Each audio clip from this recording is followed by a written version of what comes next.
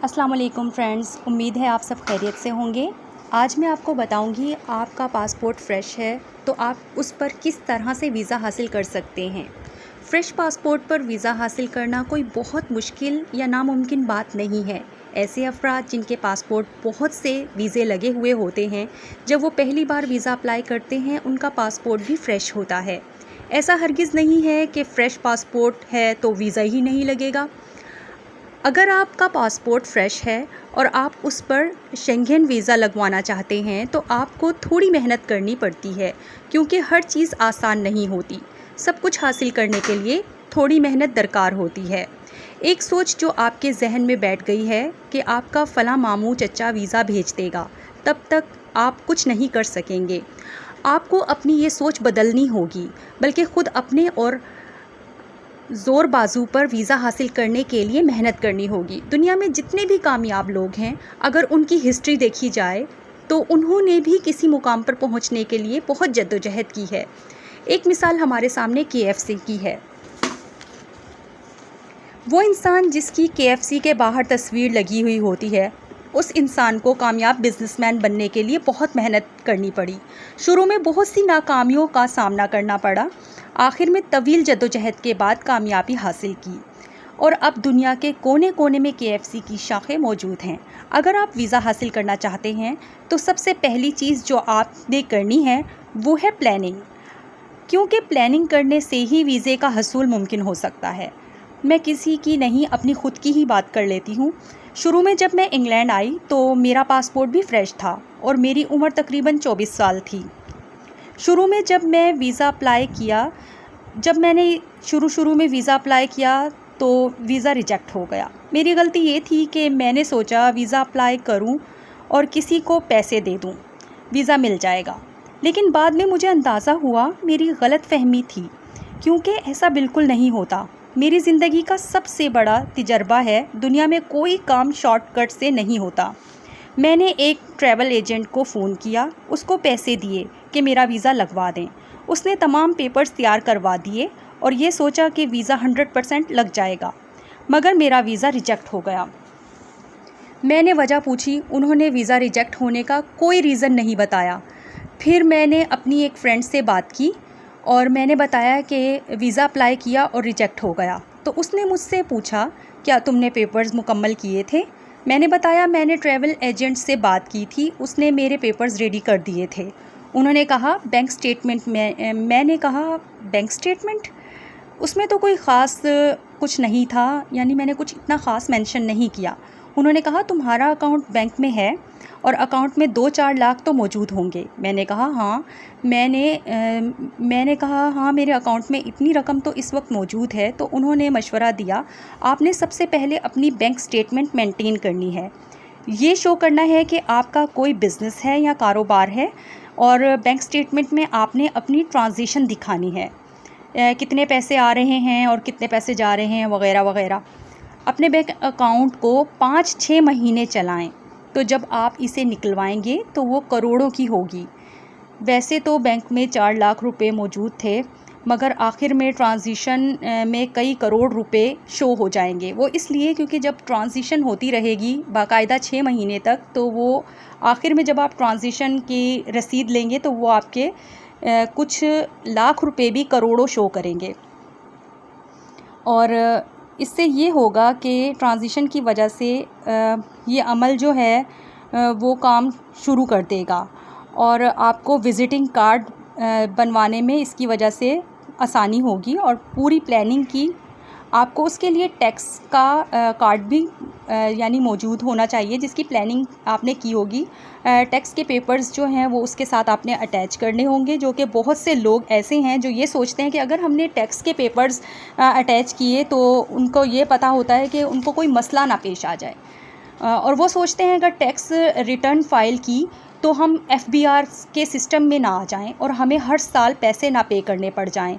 तो ऐसा बिल्कुल नहीं है। गवर्नमेंट ने एक लिमिट रखी हुई है, अगर आप उससे ज़्यादा कमाई इस लिमिट में शो करते हैं तो आपको फिर पैसे देने पड़ते हैं और आप हुकूमत की नज़र में आ जाते हैं और टैक्स आपको पे करना पड़ेगा। लेकिन अगर आप टैक्स फाइल करते हैं तो आपको पैसे नहीं देने पड़ेंगे, फ्री ऑफ कॉस्ट आपका टैक्स फाइल हो जाएगा। आपको इन तमाम मामलात के लिए 6 से 8 महीने की प्लानिंग करनी होती है। अगर आप हर चीज़ कुछ 2-4 हफ्ते में करना चाहेंगे तो 10 लाख रुपये आपसे कंसल्टेंट ले लेगा, जो आपको उसकी फ़ीस के तौर पर देने होंगे, और हर चीज़ फ़ेक लगाएगा। फिर उनमें जो फ़ेक वीज़े के लिए अप्लाई आप कर रहे हैं, वीज़े पर इस सूरत में 10 साल का बैन लग जाएगा। वो इसलिए क्योंकि आपने हर चीज़ फ़ेक लगाई है। जब वो नज़रों में आ जाएगी तो आपका वीज़ा जो है वो रिजेक्ट हो जाएगा और वो वीज़ा अप्लाई नहीं हो सकेगा। इस सूरत में आपके पैसे भी ज़ाया हो जाएंगे और नुकसान अलग उठाना पड़ेगा। अगर आप सब काम खुद करेंगे तो आपका कोई डर नहीं होगा कि वीज़ा रिजेक्ट हो जाएगा, और सेल्फ़ कॉन्फिडेंस भी होगा आपके अंदर कि सब काम क्लियर कर दिए जाएंगे। और जब आपकी बैंक स्टेटमेंट और टैक्स के पेपर्स मेंटेन हो जाएंगे, इन दोनों के मेंटेन होने से आपके वीज़े के लिए अप्लाई करने में आसानी होगी। इस सब काम के लिए आपने 6 से 8 महीने का एक प्रोसेस जो है उसको मुकम्मल करना होगा, और इसमें आपको टैक्स के पेपर्स और और उसके अलावा टैक्स के पेपर्स के साथ साथ आपने अपना जो मेंटेन रखना है वो है आपका बैंक स्टेटमेंट। इन दोनों चीज़ों का मेंटेन होना बहुत ज़्यादा ज़रूरी है। इस सूरत में आपको शेंगेन वीज़ा आसानी से मिल जाता है। जो ममालिक आपको वीज़ा देते हैं शेंगेन, वो है जर्मनी, फ्रांस और हॉलैंड। ये आपको आसानी से वीज़ा दे देते हैं अगर आपके पेपर्स दुरुस्त हों तो। वीज़ा अप्लाई करने की $60 के करीब जो है वो फ़ीस होती है, जो पाकिस्तानी 8,000 पाकिस्तानी रुपीज़ में होती है। 2 हफ़्ते का टाइम होगा आपके पास जो आपने वीज़ा जमा करवाना होगा, और इंशाल्लाह अगर आपकी ये तमाम चीज़ें मुकम्मल होंगी तो आपका वीज़ा आसानी से लग जाएगा। और इसके अलावा जो सबसे अहम बात है, डॉक्यूमेंटेशन के साथ आपको 2 फ़ोटोग्राफ चाहिए होंगी, वीज़ा फॉर्म आपको चाहिए होगा, बैंक स्टेटमेंट वो आपने पहले से ही यानी मेंटेन कर लिया होगा, उसकी आपको ज़रूरत पड़ेगी, और रिटर्न टिकट की रिज़र्वेशन आपको चाहिए होगी, हेल्थ इंश्योरेंस जो कि आपका ट्रैवल एजेंट ही आपको बनवा कर दे देगा, और इसकी तकरीबन 12 से 15,000 पाकिस्तानी ख़र्चा जो है वो आ जाएगा। वीज़ा अप्लाई करने के लिए आपको उसके बाद जो प्रोसेस होगा वो होगा होटल में बुकिंग। जिस आप मुल्क जा रहे हैं वहाँ के आपको होटल में बुकिंग पहले से करवानी होगी, और वो आप ऑनलाइन भी करवा सकते हैं। आप अगर ऑनलाइन यानी किसी होटल में बुकिंग करवा रहे हैं, उससे आपको ये फ़ायदा होगा, आप वो यानी वहाँ पर क्लियर कर लेंगे, आप बता सकेंगे कि आप किस जगह पे जाके स्टे करेंगे और आपका आगे का लाए अमल क्या है। जो ऑनलाइन आप करवा देंगे उसके पेपर्स भी आप उसके साथ अटैच कर देंगे, और वहाँ मेंशन करेंगे कि आप उस मुल्क में 10 से 15 दिन के लिए अगर जा रहे हैं, आपने वीज़ा अप्लाई किया है, तो आप वहाँ पर जाके स्टे किस तरह से करेंगे और आपका क्या प्रोसेस होगा वहाँ रहने का बंदोबस्त भी आपने पहले से करके जाना है कि आपने वहाँ किस तरह रहना है।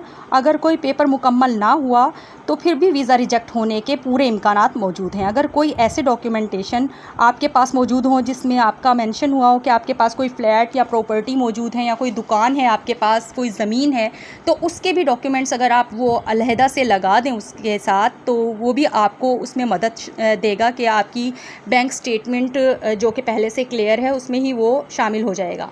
और बिज़नेस शो करेंगे जिसमें आपको पैसे आते और जाते रहे हैं, अगर ट्रांजिशन होती रही है बिज़नेस में, तो उसमें आपको पता चलेगा कि आपकी कोई अगर दुकान है या बिज़नेस है और टैक्स रिटर्न फाइल आपने किया हुआ है, तो फिर उसके डॉक्यूमेंट्स भी आप उसके साथ पेपर्स की शक्ल में लगा सकते हैं। जो वीज़ा के लिए ज़रूरी होती हैं ये तमाम जो मैंने आपको शराइत बताई हैं। जब भी वीज़ा अप्लाई करें तो डायरेक्ट एम्बेसी से ना करवाएं। जब भी आप वीज़ा अप्लाई करें तो डायरेक्ट एम्बेसी से ना लगवाएं। अपने मामलात दुरुस्त रखने की सूरत में ज़्यादा से ज़्यादा फ़ायदा ये होगा कि आपको पता होगा कि आपके मामलात जो हैं वो पूरे मुकम्मल हो चुके हैं, और अगर आप एम्बेसी से वीज़ा लगवाएंगे तो आपकी रुकावट जो है वो कोई ना कोई पेश आ सकती है पेपर्स वगैरह के डॉक्यूमेंटेशंस में। अगर आपको ये वीडियो पसंद आई हो तो प्लीज़ इस वीडियो को लाइक करें और कमेंट ज़रूर कीजिएगा कमेंट बॉक्स में। बेल आइकॉन को अगर क्लिक कर दें तो आपको हमारी आने वाली नई वीडियोज़ भी हासिल हो जाएंगी। आज के लिए इतना ही। अल्लाह हाफ़िज़।